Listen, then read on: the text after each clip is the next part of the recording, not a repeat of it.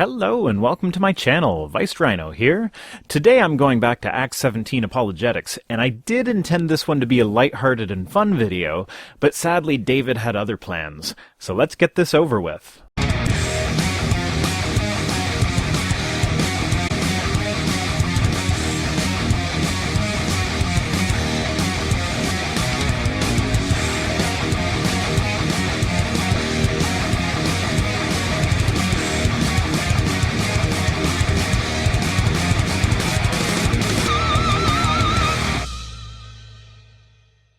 Imagine an underground world made of concrete and steel, stairways and tunnels, just enough light to see the signs on the walls. Suppose there were people who lived down here all their lives and were never allowed to visit the surface, and that these people were told from the time they were born that this world is all that exists. So who decided that they're not allowed to visit the surface, and what are this person's reasons for not allowing them on the surface? When they believe what they're told to believe, when they try to live like it's true, suddenly a madman stumbles down the stairs and says to the people living here, "Don't you realize that you're underground? Don't you know that there's an amazing world right up those stairs, and that a tomb, no matter how spacious, is still a tomb?" But the people laugh at the man. They say, "We understand our world just fine without all your rambling about another." Well, then those people are idiots. I mean, they saw him come down the stairs, right? The stairs are still there, right? So he can physically take them up the stairs and show them the surface world, can't he? Go back to your flying spaghetti world, fool. We're the enlightened ones down here. Ah ha ha ha ha ha, flying spaghetti monster jab. Well, please proceed to disprove this flying spaghetti monster. Until you do, it remains just as plausible an option as your god. And in rejecting the world above, they sink a little deeper into the world below.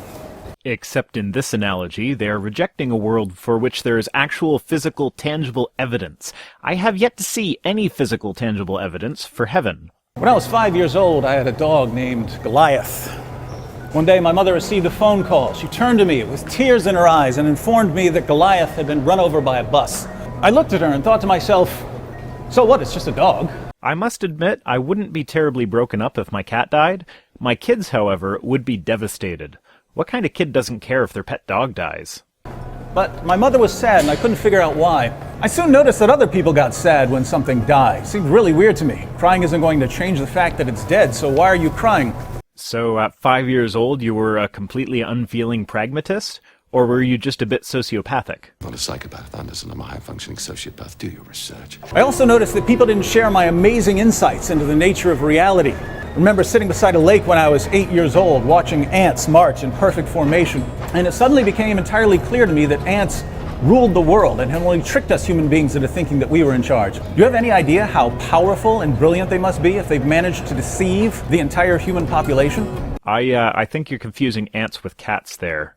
That summer, my best friend from elementary school died. Jimmy had always talked about going parasailing. He finally got the chance and his harness broke. He plummeted to his death.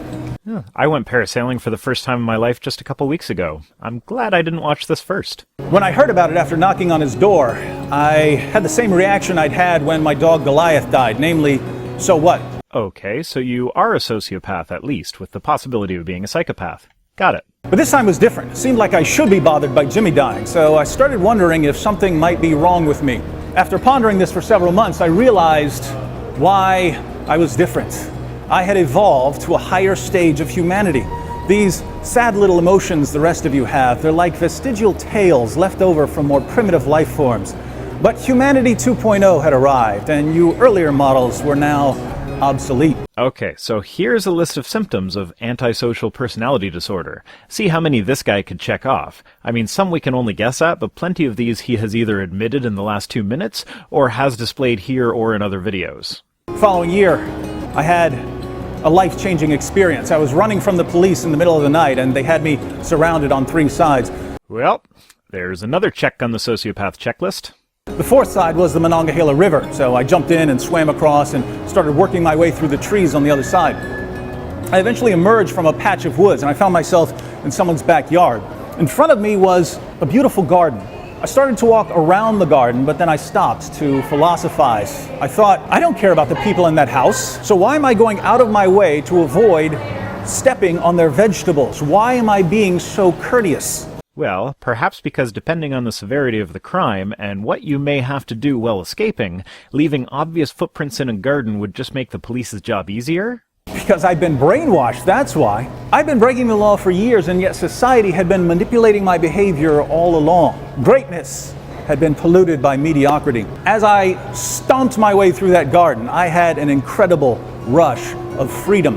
The world has all of us on a leash made of rules. Do this, don't do that. But it's a leash that slips right off as soon as we recognize that we don't have to do anything anyone tells us to do. Of course, if you really want to break free from your handlers, it seems like you have to do the opposite of what you've been told. Started studying bomb building when I was 18. Nothing fancy yet. I got a copy of the Anarchist Cookbook. I learned to make pipe bombs. I learned to put together a homemade grenade launcher. I bought a book on disguises so I wouldn't be recognized. But it all felt a bit amateurish. So I decided to become a chemistry major in college where I could learn to build something a little more sophisticated. You know, the more you talk, the more scared I am of you. It's getting to the point where I don't think that you're actually a Christian, that's just a persistent lie to exploit others. I'm sorry, guys, I didn't realize when I started this that this guy actually is a sociopath. The first time I said it, it was an honest joke, but it's becoming more and more true as the video progresses. But my plans of becoming a bomber had to be put on hold because there are more important things in life. Anyone can blow up a bunch of random people, you don't know them. If you're sick of life dangling at the end of society's puppet strings, the killing has to start much closer to home. You know, he's talking about this very loudly in a public area. Wouldn't it be funny if someone overheard him loudly proclaim that the killing has to start at home and called the cops on him? Remember Funny? Funny! Funny! Say something funny so I can make fun of you! My dad was the only relative I had within a few hundred miles, so he obviously needed to die, and I had a ball-peen hammer that would do the trick. Interestingly, some of my amazing insights into the nature of reality actually slowed me down. My dad was sitting beside me on the couch and I was about to beat him to death. I had the hammer under a cushion. But I suddenly realized that he was reading my mind. And not just him, everyone in the world was reading my mind. I was part of an experiment and billions of people were in on it. They were all waiting to see what I would do. And as soon as I attacked my dad, the walls would rise up, the observers would rush in, and the experiment would be over. Since my dad is reading my mind, I'm channeling my thoughts to him as we sit there. He's watching television, and I'm thinking, look at me while you're reading my mind. Look at me right now, I'm going to bust your head open. You know, I'm sure everyone at some point has had the paranoid thought that someone may have read their mind, but sane people usually dismiss it as the paranoia that it is. Are you telling me that at college age you honestly believed that people were reading your mind? Finally, I channeled to him, "You think I'm stupid? I'm not falling for this." And then I got up and walked out. But it wasn't over. After a while, my senses returned to me, and I walked into my dad's bedroom at about 2 o'clock in the morning, Thanksgiving Day. I stood over him with the hammer, and I tried to think of one wrong thing he'd ever done to me. Nothing came to mind. So I drew back my arm and came down on him with all 230 pounds. I didn't know how fast blood could come out of someone's head. So wait, you actually murdered your father? Are you just messing with me here? Kept hitting him until I was sure he was dead. Then I walked outside and drove away. There was no rush of freedom this time. I didn't feel anything anymore. Well, sociopath confirmed. High-functioning sociopath. With your number. Did I mention that I was an atheist? And obviously that's why you killed your dad. Had nothing to do with you being sociopathic, right? I understand that most of you atheists out there live perfectly normal lives, but I can never understand why you would want to. Because we have empathy, which you apparently lack. Think about it. We've got this massive universe, and over here is a tiny little crumb of a galaxy. Out of one of the spiral arms of this galaxy is a thoroughly unremarkable ball of hot gas. Circling this ball of hot gas is a pathetic speck of cosmic dust we call Earth, and crawling all over the Earth are these feeble, selfish, self-destructive lumps of cells constantly deluding themselves into thinking that what they do is so important. That pretty much sums it up. Except it's not a delusion if it's important to us. I understand that millions of years from now, what I do during my life will not have mattered at all, but that doesn't mean it doesn't matter to me now. But the universe couldn't conceivably care less whether you love your neighbor as yourself or torture him to death for fun. So you might as well do whatever you feel like doing with the little bit of time you've got. I do. And you know what? I have tortured to death the exact number of people that I have ever wanted to in my life. It's 0. That's how many people it was. I've never wanted to torture anyone to death, just in case you were wondering. Now, if that's a regular desire of yours, I can see why the God of the Bible is an attractive character to you. He's also a bit of a sociopath. Let's see how many more times I can say sociopath in one video, shall we? Sociopath, sociopath, sociopath, sociopath, yeah! I'm a high-functioning sociopath. Merry Christmas! And what are my atheist friends going to do with your 80 years or so? Let me guess, you're going to go to school for a while, then get a job, work for a few decades, maybe pick up a family along the way, then retire and die of old age or some illness. Some people don't want to follow this pattern that we're all expected to mindlessly follow. So are you suggesting we join Amway or something? That's usually their pitch. Everyone in history has had to make a living somehow. The greatest historical figure you can think of probably had jobs, maybe even families, and several died of old age. Some would rather bash a man's head in, or shoot up a theater, or walk down their school hallway, stabbing people, and why shouldn't they? Because most human beings have this ability to realize that other people have thoughts and feelings just like their own, and as such, they don't want to cause harm to other people. This is called empathy. I know you lack it, but please, just believe me, it's there for most of us. Because it's wrong? Says who, your grandma? Okay, I will say this once. Society has developed a moral code, and it is the code that is best reflected by the majority of the population. There are no universal morals. That is why every society in history has had a different moral code from every other society in history. We happen to live in a society that views killing as a bad thing, and anyone who disagrees goes to prison. Or should they try not to hurt people because people have intrinsic value? Here I thought that human beings are nothing but machines for propagating DNA. Or, like I explained earlier, people have empathy, as in most of us do not want bad things to happen to us, realize that other people feel the same way, and so choose not to cause bad things to happen to other people. It's really not that difficult.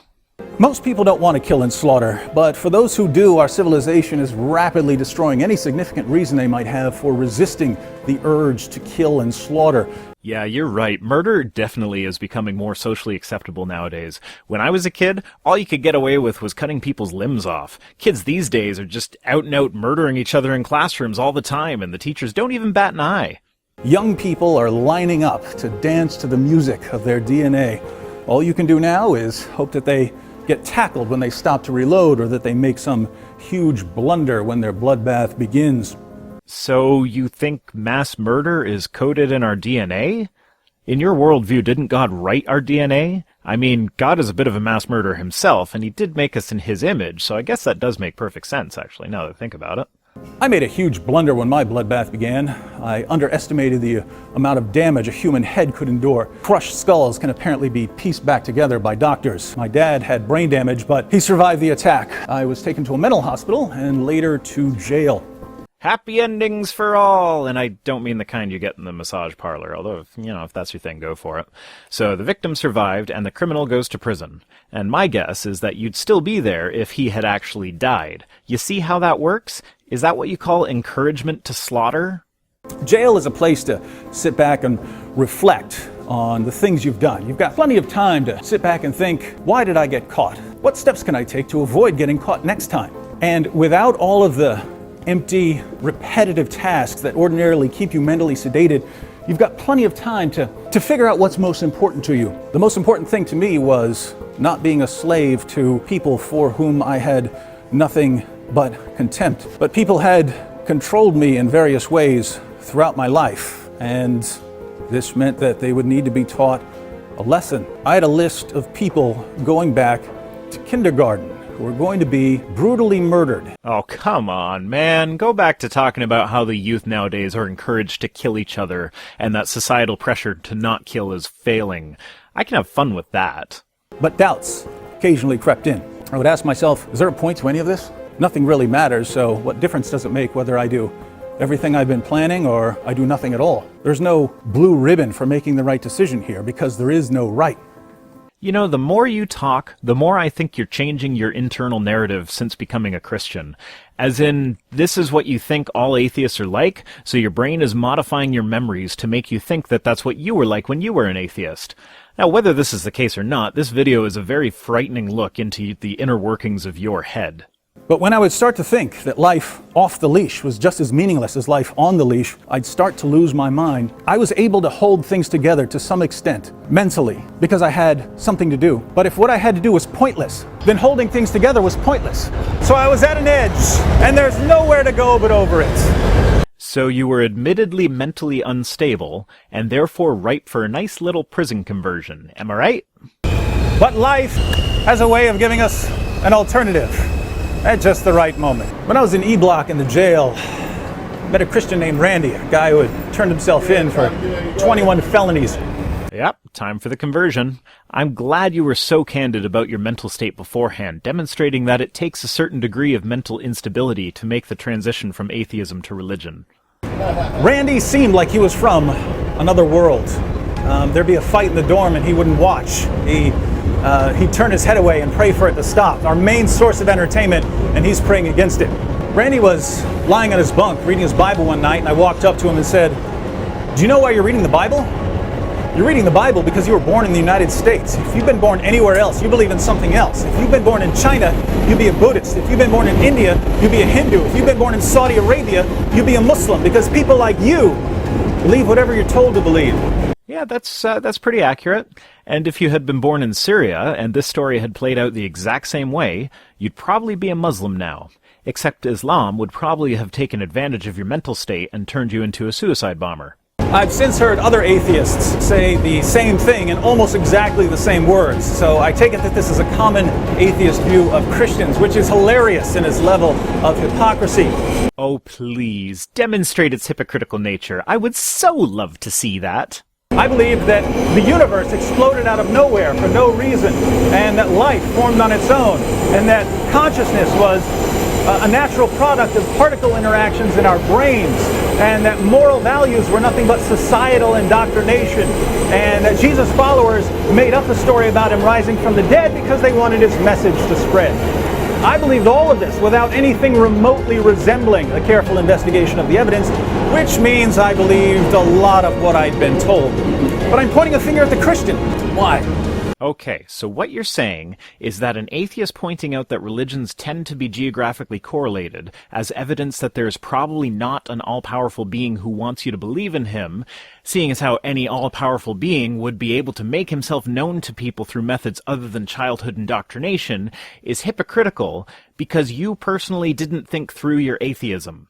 Well, here's news for you. A lot of us have thought it through. I didn't come to atheism as a default by not questioning the narrative. I came to atheism by questioning the narrative that I was raised with. Your lack of thought on the subject doesn't make atheists hypocritical. It just means that you didn't think it through. Because it's much easier to make fun of someone else than to do the difficult work of putting together a coherent, well-grounded belief set. Which is why I remained a Christian well into my 20s and still kept going to church for several years after losing all belief, before I finally admitted to myself that I was an atheist. Something interesting happened when I made fun of Randy. He fought back. Lots of Christians will go into retreat mode if you start arguing with them. They don't want to cause a scene. But Randy sat up on his bunk and proceeded to embarrass me about some of the things I was saying. I was totally shocked. I didn't know what was going on. I am the smartest, most advanced human being the world has ever seen, and night after night when we were arguing, Randy was just taking me to a school. And he wasn't smarter than me. He didn't have any special knowledge or degrees. He wasn't a scientist or a philosopher. He just had an annoying habit of questioning everything I would say. And because you admittedly spent so little time thinking about why you held the beliefs that you did, you fell for everything he said. And when I would try to answer his questions about what I was saying, it would become clear to him and to me that many of my beliefs, when put into words, sounded really, really stupid. Well, maybe when you put them into words, but some people actually know what they're talking about. Also, please try and remember that atheism is a lack of belief and that religion is making the claims. I know most of my audience knows this already, but your language is subtly reversing it, and it's making it hard for me not to fall into the defense of the default position. things that made perfect sense when unquestioned made no sense at all when questioned. You mean like an omnipotent and omniscient being requiring that he sacrifice himself to himself as a mechanism to forgive the sin that he built into you in the first place? Or that morals are absolute, everything is either right or wrong regardless of context because God says so, except when God says and does things that we would normally consider wrong, such as, I don't know, genocide maybe? Whew, I don't think I can handle any more of this guy today. I'll have part 2 up next week. Remember to like, comment, and subscribe, and you can also follow me on Twitter and Minds. See you next time.